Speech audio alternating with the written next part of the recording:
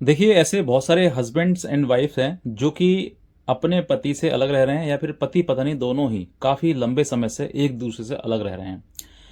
और ये बात भी तय है कि हम दोनों एक दूसरे के साथ फिट नहीं हैं और एक दूसरे के साथ रह भी नहीं सकते हैं। काफ़ी प्रयास आपने किया, लेकिन प्रयास करने के बाद एक ही निर्णय निकल के आया, रिजल्ट एक ही रहा, वो है कि हम साथ नहीं रह सकते। तो देखो, ऐसी परिस्थिति एक नहीं, ऐसे ना जाने कितने परिवार हैं जो आज टूटे पड़े हुए हैं। सिर्फ महिला हो या पुरुष हो, दोनों के लिए बात ये लागू है कि वो सिर्फ कानून के कोर्ट कचहरी के ही चक्कर लगा रहे हैं।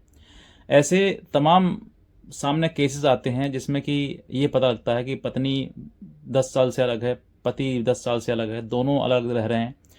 उन्होंने अपने जीवन के बारे में कभी सोचा ही नहीं। उन्होंने कभी ऐसा भी नहीं सोचा कि शादी करने के बाद ये सब कुछ मोड़ जीवन में आएंगे।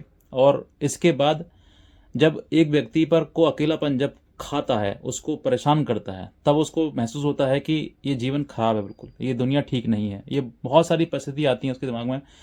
काफ़ी लोग हैं जो अपने जीवन से मजबूर होकर, परेशान होकर वो अपने जीवन को त्याग देते हैं। वो कहीं ना कहीं अपना सुसाइड अटेम्प्ट कर लेते हैं। परेशानी है उनके सामने, उनका जीवन है कि भाई ना ही तो पत्नी मिल रही है, ना बच्चे मिल रहे हैं, और ना ही परिवार मिल पा रहा है। और मिल रहा है तो सिर्फ कोर्ट की कचहरी की कानून की कोर्ट की तारीख है, या फिर वो परेशानियाँ। तो ऐसी परेशानी से टूट जाते हैं, लेकिन आपको टूटना नहीं है। आज मैं आपको कुछ ऐसी टिप्स, ऐसी बातें बताना जा रहा हूँ जिन बातों को आपको अपने जीवन में उतारनी है, अपने जीवन का एक हिस्सा बनाना है। अगर आप ऐसी परिस्थिति में हैं जहाँ पर आपके ऊपर बहुत ज़्यादा परेशानी है, बहुत ज़्यादा मन ऊब गया है जीवन से, जीवन बिल्कुल ख़राब लग रहा है, और आपके मन में बुरे ख्यालात आ रहे हैं, तो फिर आप थोड़ा सा अपने जीवन को ऐसे समझ कर देखिए जैसे कि जब जीवन में परेशानी आती है ना, तो कहीं ना कहीं आपके जीवन में सुख भी आता है। और जब ये प्रकृति का नियम है, जब जब अंधकार हुआ है तो उजाला भी जीवन में कहीं ना कहीं हुआ है। बस आपको ज़रूरत है उस क्षण की इंतज़ार करने की। अगर आपके अंदर इंतज़ार करने की क्षमता है तो मैं कहता हूँ आप उस क्षण को ज़रूर देख पाओगे। आज ना तो कल आप अपने रास्ते पे, सही रास्ते पे चलते जाइए, चलते जाइए, चलते चलते कोई ना कोई आपको एक ऐसा राहगीर जरूर मिलेगा जो कि आपको उस राहगीर में आपका हाथ पकड़ लेगा और आपको कहेगा कि आप मेरे साथ चलिए।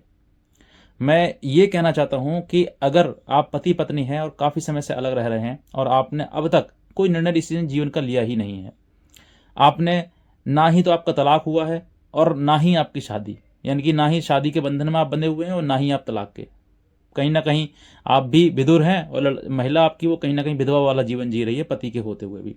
तो ऐसी परिस्थिति में देखो, आपको कोई ना कोई एक डिसीजन लेना पड़ेगा। या फिर ये समझ लीजिए कि अब मुझे जीवन भर अकेले ही रहना है, मुझे ना ही तो किसी पारिवारिक ये चाहिए मुझे, और ना ही मैं इन सब चीज़ों में घुसना चाहता हूँ।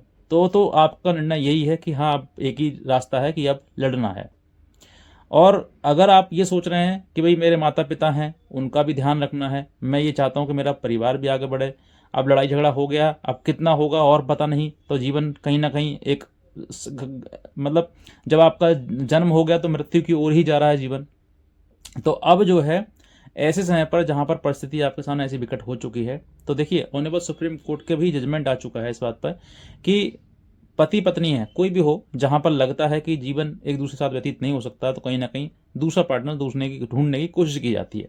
चाहे महिला हो चाहे पुरुष हो, दोनों पे लागू होती है चीज़ के लिए, लेकिन मैं सभी के लिए नहीं कर रहा हूँ। हालांकि आप सोचेंगे भाई सभी के लिए बोल दिया, ऐसा तो सब कुछ नहीं होती है। मैं कुछ महिलाओं, कुछ पुरुषों की बात कर रहा हूँ, जो व्यक्ति जो है कहीं ना कहीं शादी में होते हुए भी कहीं अलग अपना बसाना, घर बसाने की सोचते हैं। तो देखो, अगर आप रिस्क ले सकते हैं तो रिस्क आपके हाथ में है।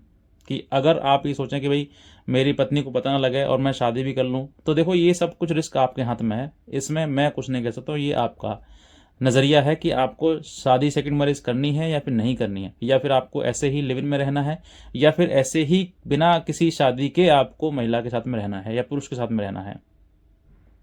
तो देखो, हालांकि ये समाज या कानून जो है इनको सपोर्ट नहीं करती है, ऐसा नहीं कहती कि आप ऐसा कर सकते हैं, लेकिन अगर आपके अंदर क्षमता है कि आप ये रिस्क उठा सकते हैं, तो ये आपके ऊपर डिपेंड करता है। बहुत सारे लोग हैं जिन्होंने ये रिस्क ली है और रिस्क होने के बाद वो आज सफल जीवन जी रहे हैं, लेकिन बहुत सारे ऐसे भी हैं जिन्होंने रिस्क लिया, उनके बाद दूसरा जीवन भी उनका खराब हो गया, दूसरी शादी भी उनकी खराब हो गई, ऐसे भी हैं। तो ये समाज है, दुनिया है, यहाँ पर हर व्यक्ति आपको मिल जाएगा, अच्छे को अच्छा तो बुरे को बुरा मिल ही जाएगा। जैसे आप हैं वहाँ वैसा आपको कोई ना कोई व्यक्ति जरूर मिल ही जाएगा। तो अगर आप ऐसी फिराक में हैं कि अब काफ़ी समय हो गया लड़ाई लड़ते हुए, अब आगे बस की बात नहीं है, हाँ ये है कि अगर आप लड़ना चाहते हैं तो आप कहीं ना कहीं अपना भी ये जो समय बीत रहा है उसको यूटिलाइज करना चाहते हैं, उसको जीवन बचाना चाहते हैं, तो फिर ये सब कुछ आप ही के ऊपर डिपेंड करता है। ये आप ही का निर्णय रहेगा कि मुझे नेक्स्ट स्टेप लेना है या फिर नहीं लेना है, क्योंकि स्टेप जो है वो आपके लिए ही रहेगा और आपके लिए दुखदाई और आपके लिए ही सुखदाई रहेगा। ये आपका ही निर्णय है। अब रही बात कानून की, तो देखो कानून तो प्रोसेस है, प्रक्रिया है। अगर आप कोई आप अपराध करेंगे तो उस अपराध का दंड कहीं ना कहीं कानून में लिखा हुआ है।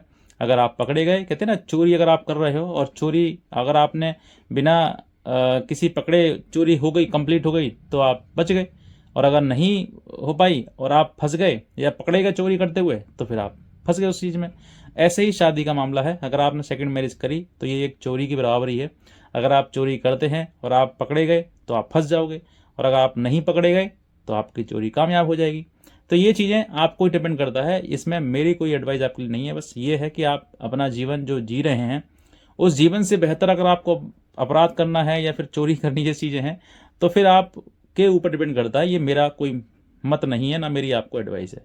बस ये समझिए कि आप जो है रिस्क आपके ऊपर है, जीवन आपका है। हो सकता है सेकंड मैरिज आपकी भी सही हो जाए, हो सकता है सेकंड मैरिज आपकी खराब हो जाए, क्योंकि काफ़ी लोग इन सब चीज़ों से जब जूझ रहे हैं तो कहीं ना कहीं आज के टाइम में हर व्यक्ति कहीं ना कहीं, आप देख लीजिए, लड़की हो या लड़का हो, जितने परिवार टूट रहे हैं कि आजकल टाइम में सेकंड हैंड चीज़ें ज़्यादा मार्केट में आ रही हैं, ज़्यादा समाज में फैली जा रही हैं।